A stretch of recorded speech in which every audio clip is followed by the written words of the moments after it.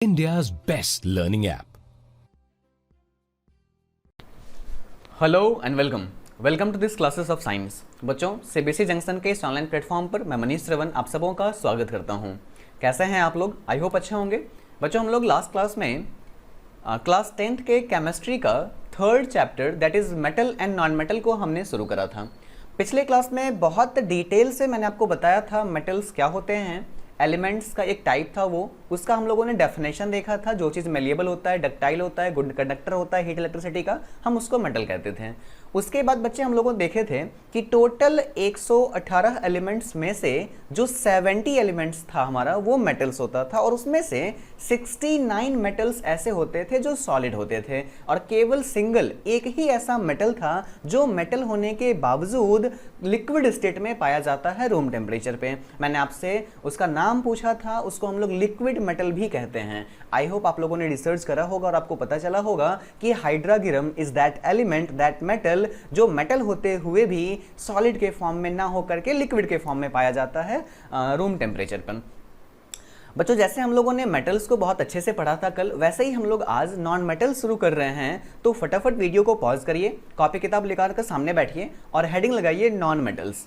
Heading लगाइए non metals. बहुत ज़्यादा कुछ नहीं करना है इसमें बच्चों। हम लोगों ने जो जो प्रॉपर्टीज़ मेटल को लेकर के पढ़ा था, आप सब में निगेटिव लगा दोगे, सबका रिवर्स कर दोगे। जैसे हमने पढ़ा मेटल्स मेलिएबल होते हैं, हम बोलेंगे non metals are non malleable. हमने पढ़ा था मेटल्स डक्टाइल होता है, हम बोलेंगे non metals are non ductile. हमने पढ़ा था मेटल्स गुड कंडक्टर होते हैं हीट इलेक्ट्रिसिटी के, यहाँ वो रिवर्स हो जाएगा, नहीं होंगे।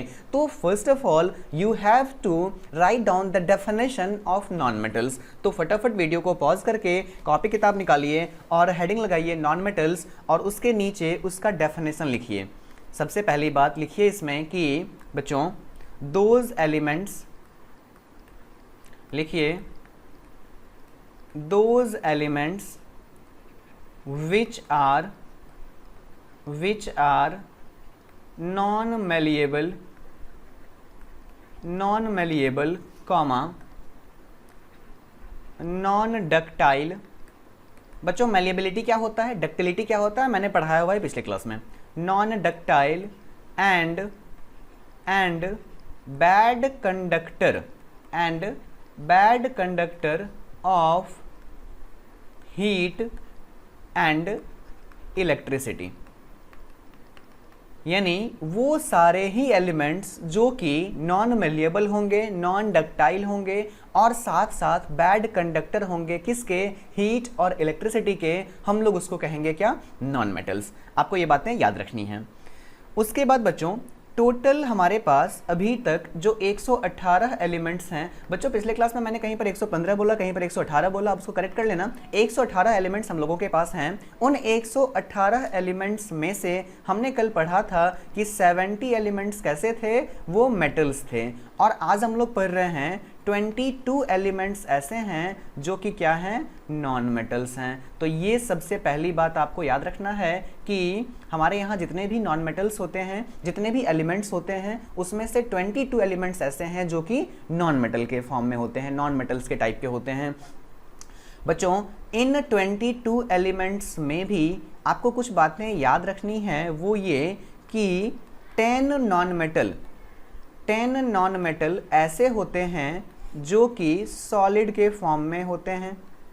दूसरी बात, 11 नॉन मेटल ऐसे होते हैं जो कि गैस के फॉर्म में होते हैं, और केवल एक नॉन मेटल ऐसा होता है जो कि लिक्विड के फॉर्म में होता है। अब आपको याद आ रहा होगा कि मेटल के केस में 70 मेटल में से केवल एक मेटल ऐसा था जो कि लिक्विड फॉर्म में था, बाकी 69 मेटल सारे के सारे सॉलिड फॉर्म में थे। तो अगर आपसे पूछा जाए कि नॉन मेटल्स कितने लिक्विड फॉर्म में होते हैं तो एक, अगर पूछा जाए मेटल्स कितने लिक्विड फॉर्म में होते हैं तो एक। याद हो गया? इस बात को आपको याद रखना है। और ये एक सिंगल नॉन मेटल्स कौन सा है? ब्रोमीन। कौन सा है ये? ब्रोमीन। और अगर पूछेगा सिंगल लिक्विड मेटल कौन सा है तो hydrargyrum, Hg। You have to memorise it. आपको ये बात को बढ़िया से याद रखना है। उसके बाद हेडिंग लगाइए physical properties of non metals, कि नॉन मेटल्स का फिजिकल प्रॉपर्टीज क्या क्या होता है। तो सबसे पहली बात, जब हम लोग बात करेंगे नॉन मेटल्स का तो वहाँ सबसे पहला फिजिकल प्रॉपर्टीज लिखेंगे कि नॉन मेटल्स आर नॉन मलिएबल। सबसे पहला बात क्या हो जाएगा कि लिखिए आप लोग भी साथ साथ, non metals are non malleable, non malleable. दूसरी बात लिखिए, अच्छा हाँ, इसमें एक बात आप याद रखिएगा, मेलिएबिलिटी हम लोग किसको बोलते थे, तो किसी भी ब्लॉक को जब हम उसको हैमर से पीट पीट के थीन सीट में या फॉइल में कन्वर्ट करते हैं तो ये जो नेचर होता है किसी एलिमेंट का फ्लैट हो जाना, चपटा हो जाना, इस नेचर को हम बोलते हैं मेलिएबिलिटी। और ये मेटल के अंदर में होता है जबकि नॉन मेटल में नहीं होता है। अगर आप एक मेटल के ब्लॉक पे हैमर करोगे तो वो क्या होगा, फ्लैट हो जाएगा, लेकिन उसके जगह पर अगर आप किसी नॉन मेटल के ऊपर में हैमर करोगे तो वो फूट जाएगा, वो ब्रिटल होता है, वो टूट जाता है, ना कि फ्लैट होता है। ये बात आपको याद रखना है। चलिए, याद होगा आपको हमने कहा था कि कौन सा मेटल सबसे ज्यादा मेलिएबल होता है, दैट इज गोल्ड, और इसीलिए रदरफोर्ड साहब ने उसको यूज करा था कब, जब वो अल्फा पार्टिकल एक्सपेरिमेंट करवा रहे थे तब। याद आया आपको? चलिए, दूसरी बात, जो सेकंड प्रॉपर्टी है आपको वो याद रखना है। लिखिए कि non metals are bad conductor या फिर insulator, bad conductor of heat and electricity. जो नॉन मेटल्स होते हैं वो हीट और इलेक्ट्रिसिटी के क्या होते हैं, बैड कंडक्टर होते हैं। अगर आपसे इसका रीजन पूछा जाए तो आप बोलोगे because they have no free electrons. Sir ये क्या चीज़ है, आप समझिए इस बात को। जब हम लोग बच्चों बात करते हैं मेटल्स का तो हमने आपको बताया था, सपोज करो ये कोई मेटल है तो उसके वैलेंस सेल में देयर मस्ट बी 1, 2 और 3 फ्री इलेक्ट्रॉन्स आर देयर। वहां पर 1, 2 या 3 फ्री इलेक्ट्रॉन्स पाए जाते हैं और उन फ्री इलेक्ट्रॉन्स के वजह से चार्ज कैरी होता है, चार्ज का फ्लो होता है और इलेक्ट्रिसिटी कंडक्ट होता है। लेकिन जब हम बात करेंगे नॉन मेटल्स में तो नॉन मेटल के पास कोई फ्री इलेक्ट्रॉन नहीं होता है, वो बॉन्ड बना चुका होता है, तो वहां वो इलेक्ट्रॉन्स चार्ज को फ्लो नहीं करा पाते हैं और इसलिए जो बैड कंडक्टर होता है या नॉन कंडक्टर होता है या इंसुलेटर होता है वो इलेक्ट्रिसिटी को कंडक्ट नहीं कर पाता है। बच्चों, ये जो दूसरा प्रॉपर्टी है इसका एक एक्सेप्शन भी है जो आप याद रखोगे। मैं स्टार्ट कर दे रहा हूं, आप याद रखोगे बच्चों, ग्रेफाइट। क्या है ये, ग्रेफाइट। अगर आपसे पूछा जाए ग्रेफाइट होता क्या है तो आप कहोगे ये एलोट्रॉप है। क्या है ये, एलोट्रॉप है। किसका, तो एलोट्रॉप ऑफ कार्बन, जिसका सिंबल होता है C, एटॉमिक नंबर होता है 6 और मास होता है 12। तो बच्चों ये जो चीज है कार्बन, उसका एक एलोट्रॉप है, कौन, ग्रेफाइट। एलोट्रॉप का मतलब क्या हुआ, उसी का एक रूप है, उसी का एक दूसरा फॉर्म है। तो चूंकि कार्बन हमारा नॉन मेटल तो ग्रेफाइट भी क्या, नॉन मेटल। लेकिन instead of being non metal जो ग्रेफाइट होता है ये क्या होता है, गुड कंडक्टर होता है। क्या होता है ये, गुड कंडक्टर होता है। यानी एक एक्सेप्शन आपको याद रखना है, generally non metals are bad conductor, but जब हम बात करेंगे ग्रेफाइट का तो जो कार्बन का एक रूप है और नॉन मेटल के होते हुए भी वो इलेक्ट्रिसिटी कंडक्ट करता है बिकॉज उसके पास एक फ्री इलेक्ट्रॉन्स होते हैं। अगर मैं आपको डिटेल से जब बताऊंगा कार्बन एंड इट्स कंपाउंड वाले चैप्टर में ग्रेफाइट का स्ट्रक्चर पढ़ाऊंगा, वहां मैं आपको बताऊंगा कि ग्रेफाइट कैसे बनता है। ध्यान से समझिए, यहाँ पर एक हेक्सागोनल स्ट्रक्चर होता है, 6 कार्बन आपस में जुड़े हुए रहते हैं और यही सेम लेयर इसके जस्ट नीचे भी होता है, यहाँ कहीं पर, ठीक है। और उसके बाद ये दोनों एक दूसरे के साथ अटैच होते हैं। यहाँ ये वाला कार्बन इससे बॉन्ड बनाता है, ये वाला कार्बन इस कार्बन से बॉन्ड बनाएगा, ये कार्बन इस कार्बन से, ये कार्बन इस कार्बन से, ये कार्बन यहाँ और ये कार्बन यहाँ। आपने देखा कि यहाँ हर एक कार्बन तीन डिफरेंट कार्बन के साथ बॉन्ड बना रहा है। जब हम बात करेंगे इसका तो देखो एक बॉन्ड यहाँ बना, दूसरा यहाँ बना, तीसरा यहाँ बना। लेकिन आपको मैंने बताया है कि कार्बन के वैलेंस इलेक्ट्रॉन कितने होते हैं, 4 होते हैं। मतलब कार्बन के वैलेंस सेल में एक इलेक्ट्रॉन यहाँ होगा, एक यहाँ होगा, एक यहाँ होगा और एक यहाँ होगा। मतलब कार्बन जब भी बॉन्ड बनाएगा तो 4 बॉन्ड बनाएगा, लेकिन यहाँ तो केवल 3 बॉन्ड बन रहा है ना, तो हर कार्बन के पास यहाँ पर एक इलेक्ट्रॉन फ्री बच जा रहा है और due to these free electrons हम क्या कहेंगे कि यहाँ पर इलेक्ट्रिसिटी कंडक्ट होगा। तो आपको ये बात याद रखना है। जनरली मेटल्स तो नहीं कंडक्ट करते हैं, लेकिन ग्रेफाइट एक इसका क्या हो गया, एक्सेप्शन हो गया। चलिए उसके बाद फिर नेक्स्ट आप लोग थर्ड प्रॉपर्टी लिखिए कि generally non metals are soft and weak. जैसे हमने पढ़ा था मेटल्स को लेकर के कि मेटल हमारे जनरली स्ट्रांग होते हैं, हार्ड होते हैं, लेकिन उस तरह से अगर हम नॉन मेटल का बात करेंगे तो ये एक तो सॉफ्ट होगा और दूसरा वीक होगा। अब एक बात आप समझिए, ऐसा क्यों होता है? नॉन मेटल्स के केस में उसके इंट्रामॉलिक्यूलर फोर्स उतना ज़्यादा नहीं होता है, एटम्स उतने कस के नहीं, टाइटली नहीं, और उतना कस के पकड़ा हुआ नहीं रहता उसको, तो आप इजीली उसको जो है सो तोड़ सकते हो। लेकिन यहाँ फिर से एक एक्सेप्शन है जो आपको याद रखना है। वो क्या? आपने नाम सुना होगा डायमंड का। बच्चों हीरा, डायमंड जो होता है वो भी क्या है, एक एलोट्रॉप ऑफ कार्बन है। यानी डायमंड को भी आप क्या कह सकते हो, एलोट्रॉप ऑफ कार्बन। हम लोग आने वाले चैप्टर में पढ़ेंगे एलोट्रॉप के बारे में और डिटेल से। एलोट्रॉप का मतलब क्या हो गया, कार्बन का ही एक रूप है। मतलब डायमंड भी हमारा क्या है, नॉन मेटल है। डायमंड भी क्या है हमारा, नॉन मेटल है, कार्बन जैसा नॉन मेटल है। समझ में आ गया बात? लेकिन इंस्टीड इसके बावजूद भी डायमंड अभी तक का सबसे ज़्यादा हार्ड सब्सटेंस है जो कि हमको नेचर के थ्रू मिलता है। मतलब अगर हम आर्टिफिशियल सब्सटेंस का बात नहीं करें तो नेचर में अकर करने वाला सबसे ज़्यादा जो हार्ड सब्सटेंस है, सबसे जो मजबूत सब्सटेंस है, वो क्या है, डायमंड है ना। आर्टिफिशियली हम लोगों ने एक और चीज़ डिस्कवर करा है, मुझे नाम नहीं याद आ रहा अभी, कुछ दिन पहले हम लोगों ने उसको डिस्कवर करा हुआ है। लेकिन अगर हम नेचर में अकरिंग का बात करेंगे तो नेचर में अकर करने वाला सबसे ज़्यादा स्ट्रॉन्ग चीज़ क्या है, डायमंड है, जबकि वो नॉन मेटल है। तो एक इसका एक्सेप्शन आपको याद रखना है कि मेटल्स जनरली तो कमज़ोर होते हैं, लेकिन एक ऐसा नॉन मेटल है, नॉन मेटल जनरली कमज़ोर होते हैं, लेकिन एक ऐसा नॉन मेटल है जो नॉन मेटल होते हुए भी बहुत ज़्यादा हार्ड होता है। Property of non metal. बच्चों इसके बारे में लिखिए फटाफट से कि generally non metals have low MP and BP। क्या हुआ इसका मतलब? नॉन मेटल्स का जो मेल्टिंग पॉइंट होता है या बॉइलिंग पॉइंट होता है, ये जनरली क्या होता है, लो होता है, कम होता है ना। चलिए, लेकिन हाँ इसका भी एक्सेप्शन क्या हो जाएगा, डायमंड। क्योंकि डायमंड बहुत ज़्यादा हार्ड होता है ना, तो उस कारण से इसका भी जो होता है मेल्टिंग पॉइंट या बॉइलिंग पॉइंट बहुत ज़्यादा होता है। अगर आपसे इसका रीज़न पूछा जाए तो देखो होता क्या है बच्चों, कार्बन कंपाउंड्स वाले चैप्टर में मैं आपको फिर से पढ़ाऊंगा डायमंड्स के बारे में, वहाँ भी मैं इन चीज़ों को डिटेल से बताऊंगा। अभी बस आप इतना समझिए कि जब हम लोग बात करते हैं डायमंड्स का, तो डायमंड के केस में एक कार्बन एटम 4 अलग अलग डिफरेंट कार्बन एटम के साथ जुड़कर एक बहुत कॉम्पैक्ट पैकिंग करता है। एक 3D टेट्राहेड्रल शेप में एक पैकिंग होता है। जैसे देखो यहाँ एक कार्बन है ना, तो ये एक इस कार्बन से जुड़ जाएगा, एक इस कार्बन से जुड़ जाएगा, एक इस कार्बन से जुड़ जाएगा और एक इस कार्बन से जुड़ जाएगा। ये आपका डायमंड का शेप है और इसको हम लोग बोलते हैं क्या, टेट्राहेड्रल। क्योंकि इसके 4 हेड होते हैं तो 4 को बोलते हैं टेट्रा और फिर हेड्रल। यानी आपसे पूछा जाएगा डायमंड का शेप क्या होता है, तो कहोगे टेट्राहेड्रल।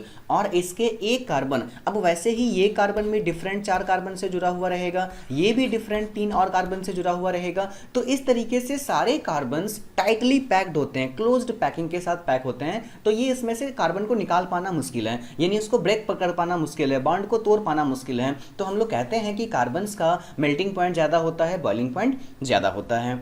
चलिए बच्चों, उसके बाद 5वां प्रॉपर्टी लिखिए आप। हम लोग फिजिकल प्रॉपर्टीज़ को पढ़ रहे हैं अभी। लिखिए जनरली हैविंग लो डेंसिटी। इसका मतलब क्या हो गया कि जो मेटल्स होते हैं, जो नॉन मेटल्स होते हैं, उनका डेंसिटी क्या होता है, कम होता है। फिर से यहाँ पर एक्सेप्शन क्या हो जाएगा आपका, डायमंड। इसमें भी एक्सेप्शन क्या हो जाएगा, डायमंड। चलिए उसके बाद 6th प्रॉपर्टी लिखिए। जो नॉन मेटल होते हैं वो नॉन लस्ट्रस होते हैं। कैसे होते हैं? Non lustrous. लस्ट्रस का मतलब होता है चमक। देखो मेटल के अंदर में ना एक मेटेलिक साइन होता है, कहीं पर आप मेटल को देखोगे ना वो चमक रहा होता है, मतलब जब उस पर लाइट फॉल करता है तो उस लाइट को वो रिफ्लेक्ट करता है। वो मेटेलिक साइन नॉन मेटल में एब्सेंट रहता है, वहाँ आपको वो साइन दिखाई नहीं देगा। लेकिन इसका भी एक एक्सेप्शन है, वो कौन है? आयोडीन। क्या है वो? आयोडीन। बच्चों आयोडीन नॉन मेटल होते हुए भी ये क्या होता है? लस्ट्रस होता है, चमकीला होता है। ये बात आपको याद रखना है, ठीक है ना? तो these all are the physical properties of non metals. अभी तक हम लोगों ने मेटल्स क्या होता है वो पढ़ा, नॉन मेटल्स क्या होता है वो पढ़ा, मेटल्स के फिजिकल प्रॉपर्टीज को पढ़ा, नॉन मेटल्स के फिजिकल प्रॉपर्टीज को पढ़ा। बच्चों एग्जाम में जब क्वेश्चंस आएंगे तो आपको डिफ्रेंशिएट करने होंगे मेटल्स और नॉन मेटल्स के फिजिकल प्रॉपर्टीज को। तो आप इसको कैसे लिखोगे? एक तरफ आप पहले मेटल्स हेडिंग लगाओगे, उसको फिर मेटल्स के सारे प्रॉपर्टीज को विथ एग्जाम्पल विथ एक्सेप्शन जैसा मैंने लिखवाया है वैसा वो लिख दोगे। फिर आप उसके नीचे नॉन मेटल्स हेडिंग लगाओगे और फिर उसमें डिटेल से सारे एग्जाम्पल्स, सारे एक्सेप्शंस, एवरीथिंग, सारा प्रॉपर्टीज लिखोगे, है ना? हम लोग को जो कॉपी मिलता है वो छोटा रहता है, तो आप अगर चाहोगे कि उसको बीच से डिफ्रेंशिएट करके मैं इस तरफ एक एक पॉइंट लिखूं फिर इस तरफ लिखूं, तो उसमें आप बहुत ज़्यादा चीज़ों को लिख नहीं पाओगे। हालांकि वो भी अच्छा तरीका है, आप अगर वैसा भी करना चाहो। बस मेरा कहना ये है कि जब आप लिखोगे, डिफ्रेंशिएट करोगे, तो केवल प्रॉपर्टीज़ में डिफ्रेंशिएट नहीं करोगे, हर समय एक्सेप्शन और एग्जाम्पल्स को साथ में लिखोगे, जैसा कि मैंने बताया है, ठीक है? तो आई होप आपको फिजिकल प्रॉपर्टीज बढ़िया से समझ में आया। और अब हम लोग शुरू करेंगे केमिकल प्रॉपर्टीज, जो बहुत ज़्यादा इंपॉर्टेंट है 10th क्लास के लिए। और केमिकल प्रॉपर्टीज मेटल्स का पहले पढ़ेंगे, फिर नॉन मेटल्स का पढ़ेंगे। तो चलिए ठीक है, नया पेज ले लेते हैं और हेडिंग लगाते हैं physical properties, sorry chemical properties of metals. Heading लगाओ, हेडिंग लगाइए chemical properties of metals. Chemical properties of metals. बच्चों जब कभी केमिकल प्रॉपर्टीज का बात होगा तो आपको सबसे पहली बात जो याद रखनी है वो ये, केमिकल प्रॉपर्टीज कहने का मतलब ही होता है रिएक्शन। केमिकल प्रॉपर्टीज कहने का मतलब ही क्या होता है? रिएक्शन। मतलब आपको ये बताना है कि how metals reacts with air, with water, with acid, with base, with non metals, with other metals, इन सब चीज़ों को, है ना? जब हम बात करते हैं केमिकल प्रॉपर्टीज़ का तो हम केवल देखते हैं कि वो चीज़ों के साथ कैसे रिएक्ट कर रहा है, वो एसिड के साथ कैसे रिएक्ट कर रहा है, वो बेस के साथ कैसे रिएक्ट कर रहा है। तो इन चीज़ों को आपको ध्यान देना है, ठीक है बच्चों? चलिए ठीक है, तो केमिकल प्रॉपर्टीज ऑफ मेटल्स लिखने के बाद सबसे पहला जो केमिकल प्रॉपर्टी है वो लिखिए आप कि रिएक्शन विथ एयर। और जब हम एयर का बात करते हैं तो एयर में प्रेजेंट केवल ऑक्सीजन का बात करते हैं रिएक्शन को लेकर के, रिएक्शन विथ एयर। बच्चों ये आपका हेडिंग होगा, उसके नीचे आप एक स्टेटमेंट लिखिए, लिखो मेटल्स रिएक्ट विथ एयर या फिर ऑक्सीजन या फिर O2 and form their oxide. Metal जो होते हैं वो ऑक्सीजन के साथ रिएक्ट करके अपना ऑक्साइड बनाते हैं। क्या बनाते हैं? अपना ऑक्साइड बनाते हैं। एक डायग्राम बना लो, एक तरफ लिखो मेटल, दूसरे तरफ लिखो ऑक्सीजन, और ये क्या बनाएंगे? Metallic oxide. ये डायग्राम आप याद रखिए, इसमें अलग अलग मेटल्स को रखोगे तो उसके लिए अलग अलग आउटपुट मिल करके आएंगे।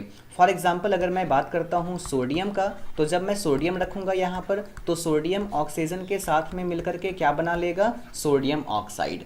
अगर मैं बात करूँ यहाँ पर मैं मैग्नीशियम का, तो मैग्नीशियम ऑक्सीजन के साथ मिल करके क्या बना लेगा? मैग्नीशियम ऑक्साइड, है ना? अभी मैं कैसे इसको लिख रहा हूँ ये मैंने पिछले क्लास में जब बैलेंसिंग में पढ़ा रहा था तब मैंने आपको बताया था इसको। इसी तरीके से अगर हम पोटेशियम का बात करेंगे तो पोटेशियम ऑक्सीजन के साथ जाकर के क्या बना लेगा? Potassium oxide. अगर हम एल्युमिनियम का बात करेंगे तो एल्युमिनियम ऑक्सीजन के साथ जाकर के क्या बनाएगा? एल्युमिनियम का ऑक्साइड। तो इस तरीके से बच्चों आपको बस बेसिक 2 या 3 एग्जाम्पल्स याद रखने हैं और वहाँ पर लिख के आना है एग्जाम में। तो सबसे पहला केमिकल प्रॉपर्टी मेटल का क्या होगा कि metal reacts with air O2 and form their oxides, और उसके ये एग्जाम्पल्स हैं जो आपको वहाँ पर लिख करके आने हैं। ये बात बच्चों आपको याद रखनी है। उसके बाद एक खास बात जो आप लिख लीजिए, नोट करके लिखो नोट करके कि oxides of metals are dash in nature. इसको आपको फिल करना है। अगर आपको याद होगा एसिड बेस वाले चैप्टर में मैंने आपको बताया था कि ऑक्साइड्स जो होते हैं मेटल के, एसिड कैसे बनता था, बेस कैसे बनता था, तो पहले हम एक मेटल लेते थे उसका ऑक्साइड बनाते थे, वैसे ही एक नॉन मेटल लेते थे उसका ऑक्साइड बनाते थे और फिर उन ऑक्साइड्स को वाटर में डालते थे। तो याद करिए, वहाँ से याद करिए कि मेटल का ऑक्साइड कैसा होता था, जल्दी फटाफट। हाँ, मेटल का ऑक्साइड बेसिक होता था। कैसा होता था? बेसिक। आप कोई एक बेस का नाम बताओ, NaOH, KOH, ये सारे जो हैं वो मेटल्स के साथ एसोसिएटेड हैं। तो मेटल का नेचर होता है बेसिक, मेटल के ऑक्साइड का नेचर होता है बेसिक, और मेटल का ऑक्साइड जब वाटर में जाता है तो बनाता भी क्या है? बेस। यानी oxides of metal are basic in nature. बहुत ज़्यादा इंपॉर्टेंट, याद रखना इस चीज़ को कि oxides of metal are basic in nature and produce base. कब? तो व्हेन डिजॉल्व्ड इन वाटर, जब हम इनको वाटर में डालेंगे। फॉर एग्जाम्पल देखो, पहले तुम्हारे पास था एक सोडियम जो कि है मेटल, इस मेटल को तुमने डाला ऑक्सीजन में तो क्या बनाया? Metallic oxide. और अब इस मेटालिक ऑक्साइड को तुम डालोगे वाटर में तो क्या बनेगा? मेटालिक ऑक्साइड का बेस बनेगा। जैसे सोडियम को मैंने डाला ऑक्सीजन में तो क्या बना? यहाँ पर सोडियम ऑक्साइड बना। फिर मैंने इसको मिलाया वाटर के साथ में तो देखो क्या बन रहा है? सोडियम हाइड्रोक्साइड, जो कि एक बहुत अच्छा बेस है। समझ में आया? आई होप आपको ये चीज़ें क्लियर होंगी और समझ में आ गई होंगी। एक और एग्जांपल लेकर देखते हैं पोटेशियम को लेकर के। यहाँ देखो मैंने लिया पोटेशियम, बनाते हैं इसका ऑक्साइड, क्या बनेगा? K2O। देखो ये ऑक्साइड कैसे बन रहा है ना, वो मैं 9th में पढ़ा चुका हूँ ऑलरेडी। आपको सिंबल्स लिखने होते हैं, नीचे वैलेंसी लिखना होता है, फिर इसको क्रॉस करना होता है, ठीक है। चलो उसके बाद फिर यहाँ मैंने डाला इसको वाटर में और ये क्या बनाएगा? KOH। और this is also an example of base. तो हमने पढ़ा कि मेटल्स का ऑक्साइड किस नेचर का होता है? बेसिक नेचर का होता है। ये बात आपको बहुत बढ़िया से याद रखना है। बच्चों एक और बात जो आप सुनिए, समझिए, केवल इतना ही पढ़ लेने से आपको एग्ज़ाम के भर का तो काम हो गया, लेकिन हम लोग जब आगे 11th 12th में पढ़ेंगे चीज़ों को तो वहाँ कुछ कन्फ्यूज़न आपका रह जाएगा अगर मैंने आपको यहाँ पर एक चीज़ नहीं बताया तो। देखिए आखिर मैंने अभी जो आपको फॉर्मूला बताया था कि मेटल का ऑक्सीजन के साथ में रिएक्शन होना और हो करके बनना मेटालिक ऑक्साइड, ये सही है, लेकिन यहाँ जो रेट ऑफ रिएक्शन होता है ना वो डिफरेंट हो जाता है मेटल के डिफरेंस होने के वजह से। अगर हम अलग अलग मेटल का बात करें तो डिफरेंट मेटल के लिए ये रिएक्शन डिफरेंटली होगा। जैसे कहने का मतलब, आपको याद होगा मैंने पढ़ाया था आपको रिएक्टिविटी सीरीज़ थोड़ा सा मैंने बताया था, एक बार मैं फिर से बताता हूँ। देखो रिएक्टिविटी सीरीज़ क्या होता है ना, दुनिया में जितने भी मेटल्स हैं तो वो सारे एक जैसे तो है नहीं, कोई बहुत ज़्यादा रिएक्टिव है, कोई मॉडरेट रिएक्टिव है और कोई बहुत कम रिएक्टिव है, लीस्ट रिएक्टिव है, बहुत ढीठ है, लाइक सोना, चांदी, गोल्ड और सिल्वर। ये लोग तो इतने कम रिएक्टिव होते हैं कि साल भर तक इसमें कोई जंग नहीं लगता, कोई भी रिएक्शन नहीं होता है, ठीक है ना। तो जो मेटल बहुत ज़्यादा रिएक्टिव होगा हम उसको क्या बोलेंगे? Highly reactive metals. तो वो मेटल रिएक्टिविटी सीरीज में बहुत ऊपर होंगे। सपोज करिए जैसे मैंने बात करा पोटेशियम का, ये बहुत रिएक्टिव होता है, मैंने बात करा सोडियम का, बहुत रिएक्टिव होता है, कैल्शियम का बहुत रिएक्टिव होता है, लेकिन जब हम बात करेंगे फेरस का तो मॉडरेट रिएक्टिव होता है, बहुत ज़्यादा रिएक्शन में पार्टिसिपेट नहीं लेता है। अगर हम बात करेंगे गोल्ड का तो लीस्ट रिएक्टिव होता है, बहुत कम होता है। सिल्वर का, प्लेटिनम का, तो ये लोग बहुत क्या होते हैं? कम रिएक्ट करते हैं चीज़ों के साथ में। तो ये चीज़ आपको याद रखना है, पहले आप सिल्वर लिखोगे बाद में गोल्ड लिखोगे। अब समझिए आप इन चीज़ों को, यही एक सीरीज़ है। रिएक्टिविटी सीरीज एक ऐसा सीरीज होता है जो मेटल का उनके रिएक्टिविटी के आधार पे हम लोग तय करते हैं, ठीक है ना। तो अब देखो एक हो गए क्या, जो सबसे ऊपर होते हैं ये लोग हो गए हाईली रिएक्टिव मेटल, जो ये बीच में हो गए। यहाँ एक और ले लो, इसके नीचे में एक और कॉपर रख लोगे और यहाँ पर जो है सो आप रख लीजिए फेरस हो गया ना, एल्युमिनियम वगैरह रखो। तो ये लोग जो होते हैं ये होते हैं मॉडरेट रिएक्टिव मेटल, यानी मीडियम रिएक्टिविटी होता है इनका। और ये लोग जो होते हैं वो होते हैं लीस्ट रिएक्टिव मेटल्स, ठीक है। आप समझिए जब हम बात करेंगे मेटल का तो वहाँ हम एक जनरलाइज वर्ड यूज़ कर रहे हैं मेटल, मतलब सारे मेटल्स उसमें आ गए, लेकिन अलग अलग मेटल के लिए रिएक्शन अलग अलग होगा। जैसे जब हम बात करेंगे बहुत हाईली रिएक्टिव मेटल का, उस केस में ये रिएक्शन बहुत फास्ट होगा। क्या होगा? ये रिएक्शन बहुत फास्ट होगा, इतना फास्ट होगा कि बहुत, एक तो फास्ट होगा और दूसरा एक्सोथर्मिक होगा। इतना फास्ट होगा कि ये इतना ज़्यादा हीट इवॉल्व करेगा कि अपने ही प्रोडक्ट को खुद ही जला देगा। आपने सुना होगा कि सोडियम या पोटेशियम, उसको हम हवा में नहीं रख सकते हैं क्योंकि वो हवा के साथ ही रिएक्ट करके वो खुद के अंदर में आग लगा लेता है। इसका जो प्रोडक्ट बनेगा ना वो इतना एक्सोथर्मिक होगा कि तुरंत जो है सो वो फायर कैच कर लेगा। ये समझ में आया आपको बात? दूसरी बात, जो मॉडरेट रिएक्टिव मेटल्स होते हैं ये थोड़े से कम रिएक्टिव होते हैं। ये रिएक्ट तो करते हैं लेकिन इतना तेज़ी से रिएक्ट नहीं करते हैं, इतना विग्रसली रिएक्ट नहीं करते हैं, आराम आराम से। इसमें भी कुछ ऐसे होते हैं जो तो करना भी नहीं चाहते हैं, वो नॉर्मल एयर के साथ करते भी नहीं है, फिर हमको उनको थोड़ा सा हीट अप करना पड़ता है, ठीक है। और उसके बाद आते हैं लोएस्ट रिएक्टिव मेटल्स, जो फिर बहुत ज़्यादा क्या होते हैं, ऐसे नेचर के होते हैं कि ये रिएक्शन में पार्टिसिपेट लेते भी नहीं हैं। तो इन तरह के आपको याद रखना है कि मेटल्स का ऑक्सीजन के साथ रिएक्शन तो होता है लेकिन 3 तरह से होता है। कुछ मेटल्स बहुत फास्टली रिएक्ट करते हैं, कुछ मेटल्स आराम आराम से रिएक्ट करते हैं और कुछ मेटल्स तो करते ही नहीं है, लाइक सिल्वर, गोल्ड, प्लेटिनम, ये सारा चीज़। चलिए, एक और ख़ास बात आप याद रखिए, ध्यान दीजिए। यहाँ पर मैंने आपको कहा कि जो मेटालिक ऑक्साइड होता है, क्या होता है? मेटालिक ऑक्साइड, ये किस नेचर का होता है? तो बेसिक नेचर का होता है सर। लेकिन यहाँ एक एक्सेप्शन है। एक्सेप्शन ये है कि 2 ऐसे एलिमेंट हैं, कितने? केवल 2। कौन कौन से? जिंक और एल्युमिनियम। इनका जो ऑक्साइड बनता है, एक तो हो गया जिंक ऑक्साइड ZnO और एक होता है एल्युमिनियम का ऑक्साइड Al2O3। ये जो ऑक्साइड्स होते हैं ये जब आप इसको पानी में डालोगे या रिएक्ट करवाओगे तो ये एसिड के जैसा भी बिहेव करने लगते हैं और ये बेस के जैसा भी बिहेव करने लगते हैं, सेम चीज़ दोनों के जैसा। तो इन ऑक्साइड्स को हम बोलते हैं एम्फोटेरिक। क्या बोलते हैं? Amphoteric oxide. समझ में आया? फिर से समझो, मैंने पहले आपको बोला कि मेटल्स के ऑक्साइड बेसिक होते हैं, लेकिन 2 मेटल ऐसा है, जिंक और एल्युमिनियम, जिसके ऑक्साइड बेसिक भी होते हैं, मतलब पानी में डालने पे बेस बना लेते हैं, और एसिडिक भी होते हैं, मतलब पानी में डालने पर एसिड बना लेते हैं। तो इन ऑक्साइड्स का चूंकि दोनों नेचर होता है तो इसीलिए हम इसको बोलते हैं क्या? एम्फोटेरिक। समझ में आ रही है बात? जैसे एम्फीबियन होते हैं ना, जो पानी में भी रहते हैं, जमीन पे भी रहते हैं, तो वैसे ही एम्फोटेरिक ऑक्साइड्स होते हैं ये, जो एसिडिक भी होते हैं और बेसिक भी होते हैं। इसके पीछे का जो कॉन्सेप्ट है वो मैंने आपको एसिड बेस और वाले चैप्टर में बताया हुआ है। अगर आपको फिर से समझना है तो आप देखिए, जैसे हम लोग बात करते हैं केस 1 का, तो यहाँ हम लेते हैं ZnO को, इसको रिएक्ट करवाते हैं HCl के साथ। तो HCl हमारा क्या है? वेल नोन एसिड है, और यहाँ बनता क्या है? ZnCl2, और साथ में रिलीज क्या होता है? H2O। तो यहाँ ये एसिड है और ये सॉल्ट है और ये वाटर है। तो आपको अब एक डायग्राम याद आ रहा होगा कि when acid reacts with base then only it produce salt and water. It means कि here ZnO is behaving like a base. लेकिन अगर हम यहीं पर एक दूसरा केस भी देख लें, एक देखो फटाफट दूसरा केस, जिसमें हम ZnO को रिएक्ट करवा रहे हैं बेस के साथ में, NaOH के साथ में। अब बताओ क्या होगा? देखो यहाँ पर NaOH हमारा क्या है? बेस है, लेकिन यहाँ भी बनता क्या है? सोडियम जिंकेट Na2ZnO2 और साथ में H2O।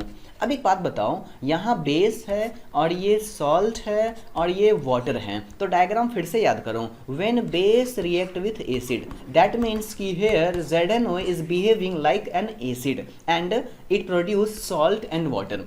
समझ में आ रही है बात? यहाँ पर ZnO एसिड के जैसा बिहेव कर रहा और बेस में जाने के बाद सॉल्ट वाटर दे रहा, यानी ZnO एक ऐसा एग्जाम्पल हो गया जो कभी तो एसिडिक बिहेव कर रहा था और कभी बेसिक बिहेव कर रहा है। जैसे यहाँ पर ये एसिडिक बिहेव कर रहा है, लेकिन ऊपर वाले केस में यहाँ पर ये बेसिक बिहेव कर रहा है। तो इनको हम लोग बोलेंगे क्या? Amphoteric oxides. तो बच्चों I hope first chemical properties of metal आपको समझ में आया। जो मैंने क्या बोला कि generally metals react with oxygen and produce their basic oxides, और ये उसका डायग्राम हो गया। तो इन चीज़ों को आप बहुत बढ़िया से रिवाइज करिए, बहुत अच्छे से पढ़िए। आज के क्लास के लिए इतना ही।